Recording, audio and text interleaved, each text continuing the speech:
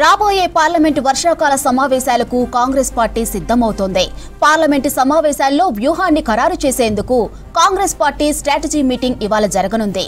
కాంగ్రెస్ అగ్రనాయకురాలు సోనియా గాంధీ అధ్యక్షతన ఢిల్లీలోని ఆమె నివాసమైన టెన్జన్ 10లో సమావేశం జరగనుంది.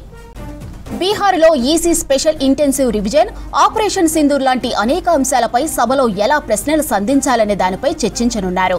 ఈ సమావేశంలో రాజ్యసభ, లోక్సభ ప్రతిపక్ష నాయకులు మల్లికార్జున ఖర్గే, రాహుల్ గాంధీ, ఉభయ సభల్లోని డిప్యూటీ నాయకులు, పార్టీ చీఫ్ విప్పులు పాల్గొంటారు. అలాగే కొంతమంది సీనియర్ నాయకులు కూడా హాజరు కానున్నారు. రాబోయే పార్లమెంటు వర్షాకాల సమావేశాలకు కాంగ్రెస్ పార్టీ సిద్ధమవుతోంది.